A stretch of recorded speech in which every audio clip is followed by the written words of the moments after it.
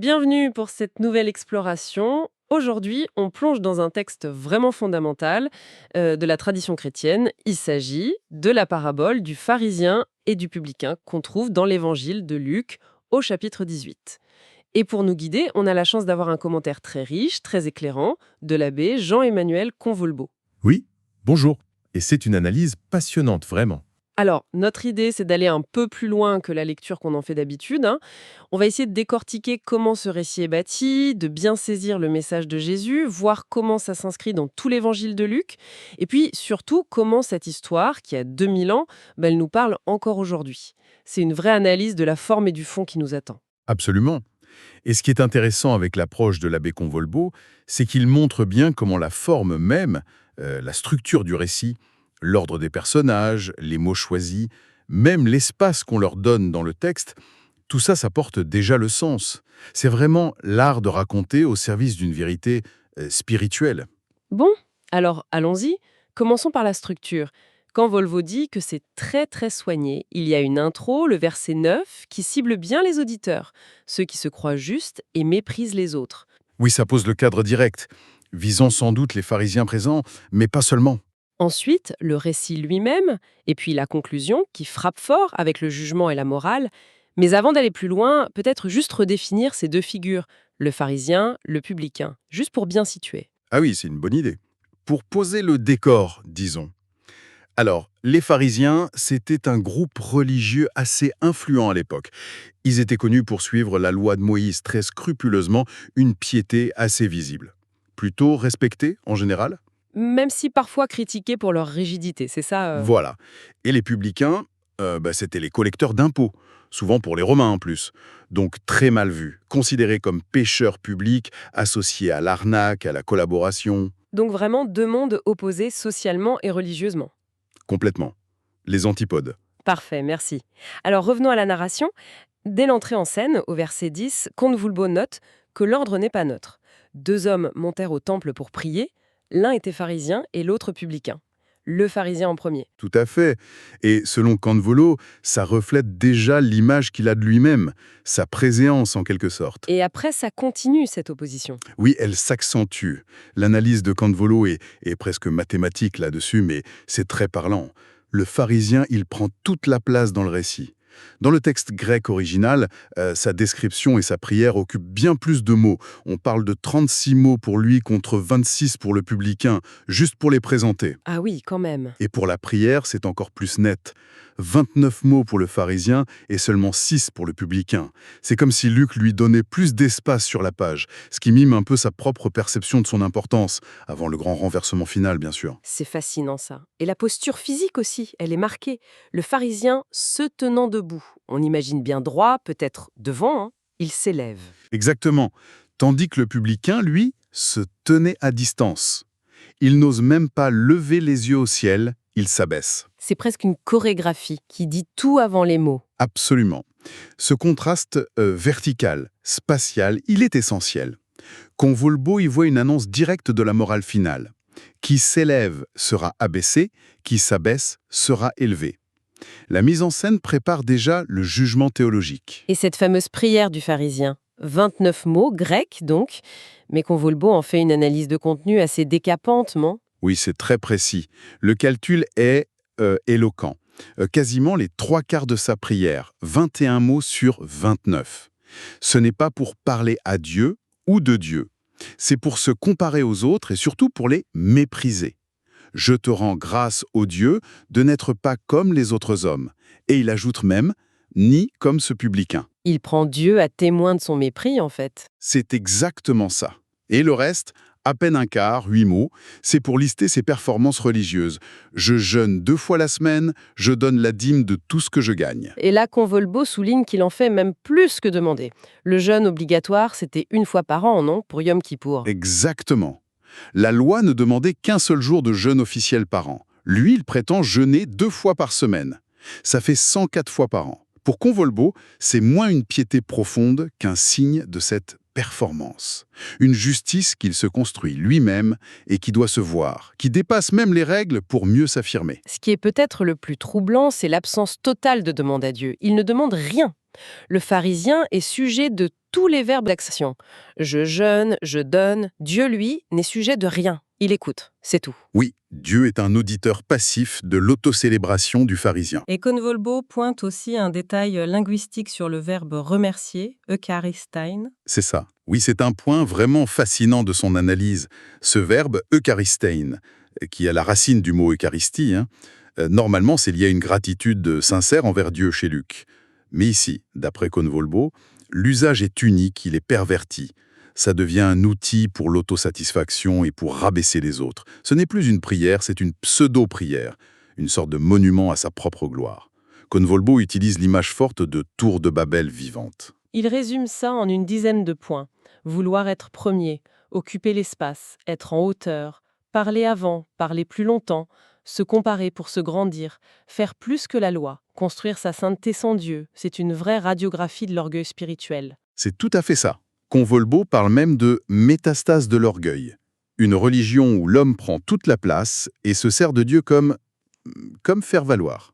Et en face, le publicain, le contraste est total. Sa prière est « Mon Dieu, aie pitié du pécheur que je suis ». 6 mots.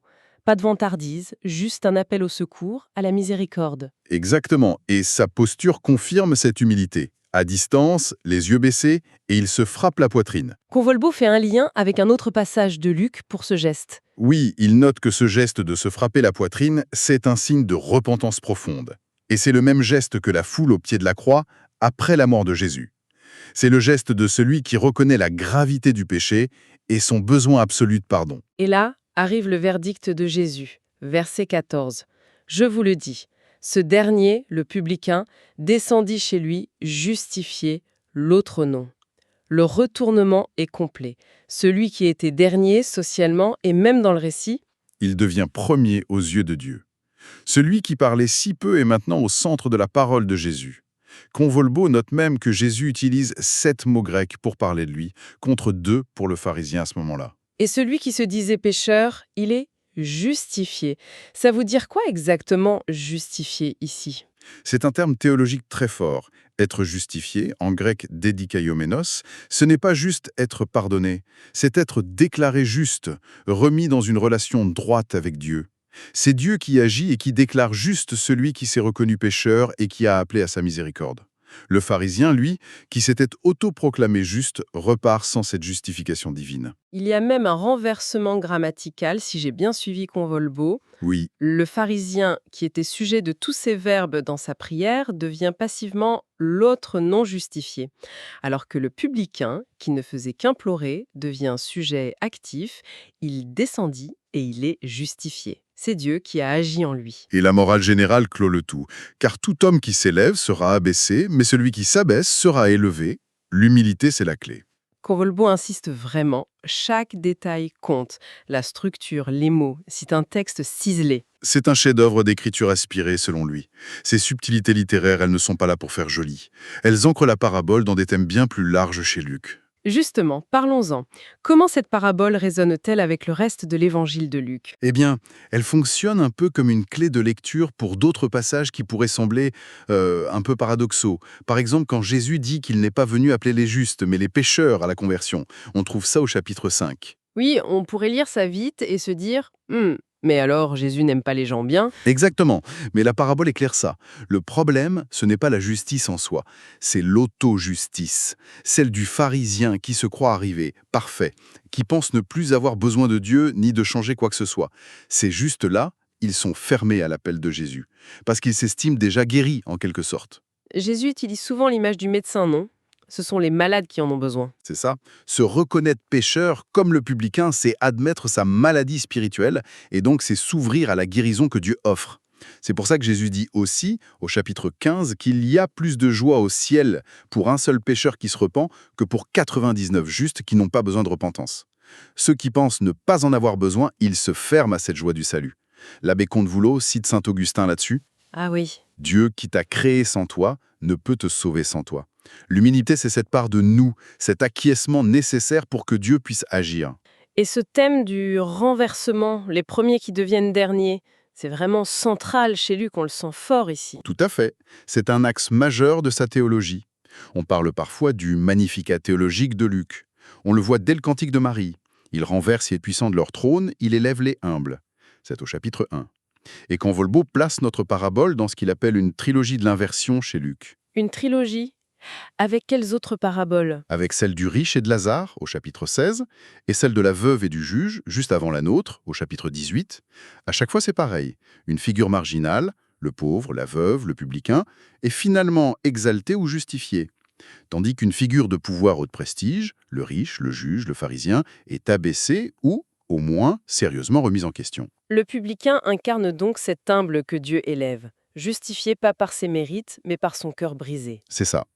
Dieu redéfinit complètement les critères de la grandeur, les critères humains. L'analyse de Convolbo va même plus loin. Il y voit une dimension presque prophétique sur Israël et les autres nations. Comment il articule ça? Oui, c'est une lecture qui prend en compte toute l'œuvre de Luc, c'est-à-dire l'Évangile et les Actes. Dans cette optique, le pharisien représenterait une partie d'Israël, fidèle à la loi, certes, mais tellement confiant dans sa propre justice, dans ses œuvres, qu'il risque de passer à côté de la grâce radicalement nouvelle offerte en Jésus. Il symboliserait ceux qui vont rejeter ce message. D'une certaine manière, oui. Et le publicain, lui, bon, il est juif, mais il est traité comme un moins que rien, presque comme un païen par les bien-pensants. Sa justification inattendue venue de Dieu seul préfigurerait alors l'accueil de la foi par les nations païennes, celles qui n'avaient justement aucun mérite lié à la loi à faire valoir, mais qui reçoivent le salut simplement par la foi et l'humilité. Ça fait écho direct à ce qu'on lit dans les Actes des Apôtres. Quand Paul, face à l'opposition dans les synagogues, Se tourne vers les païens. exactement, le schéma se répète. L'évangile est d'abord pour Israël, mais devant le refus d'une partie du peuple qui ressemble un peu aux pharisiens dans son attitude « nous, on est juste par nos œuvres, notre statut », les apôtres, et Paul en particulier, se tournent vers les autres. Il a ce passage clé dans les Actes, chapitre 13, où Paul dit « Puisque vous la repoussez la parole de Dieu, voici que nous nous tournons vers les païens ». Donc la parabole devient une sorte de résumé de cette histoire. C'est ça, une mise en abîme selon cette lecture. La nouvelle communauté que Dieu rassemble, l'Église, elle ne se fonde pas sur les mérites ou l'origine ethnique, elle se fonde sur l'attitude du publicain, cette humilité qui ouvre la porte à la grâce. Et cette porte est ouverte à tous, juifs comme païens. C'est une perspective qui donne une portée historique énorme à cette petite histoire. Mais ce qui est fort avec Convolbo, c'est qu'il ne la laisse pas dans le passé. Il nous ramène à nous, aujourd'hui. Il dit que le pharisaïsme n'a pas disparu, il a juste changé de costume. Alors il ressemble à quoi, ce pharisien moderne? Convolbo suggère que les formes d'auto-justification, de comparaison où on se met en valeur en rabaissant l'autre, elles évoluent quoi. Le pharisien d'aujourd'hui, il ne se vante peut-être plus de ses jeûnes devant tout le monde, mais il peut chercher l'approbation sur les réseaux sociaux pour ses bonnes actions ou ses opinions jugées vertueuses. L'étalage de la dîme remplacé par l'étalage de la supériorité morale ou idéologique. Exactement. Convolbo a cette image qui frappe. Les likes peuvent devenir des sortes d'indulgences modernes, une façon de mesurer sa propre valeur aux yeux des autres. Et ce phariséisme, il peut se cacher partout, dans des célébrations religieuses qui deviennent un peu un spectacle, dans des communautés où on se compare plus qu'on ne se soutient. Le risque est subtil. Convolbo pointe même le danger de celui qui se croit très lucide et qui dit « Ah, moi, au moins, je ne suis pas comme ces pharisiens ». C'est tomber pile dans le piège qu'on dénonce. L'orgueil spirituel est malin. Tout à fait. C'est pour ça qu'en face, la prière du publicain garde toute sa force. « Mon Dieu, aie pitié du pécheur que je suis ». Cette simplicité désarmante, cette honnêteté radicale, de celui qui ne cherche pas à se justifier tout seul. Ça reste, d'après Convolbo, la posture qui ouvre vraiment à une relation authentique avec Dieu, ou même juste avec la vérité sur soi-même. C'est la prière de celui qui sait qu'il ne peut pas s'en sortir tout seul. Du coup, la parabole devient comme un miroir. Elle nous interroge sur notre propre façon d'aborder le spirituel, ou même nos relations. Est-ce qu'on arrive avec notre CV, notre liste de mérites, nos justifications bien huilées, en mode pharisien, quoi? Ou est-ce qu'on ose se présenter avec notre fragilité, notre besoin, notre pauvreté essentielle, comme le publicain? L'abbé Convolbo suggère que la vraie question que pose la parabole, ce n'est pas tant « qu'est-ce que je fais pour Dieu ?» ou pour être quelqu'un de bien, mais plutôt « qu'est-ce que je laisse Dieu ou la grâce ou l'autre faire en moi ?»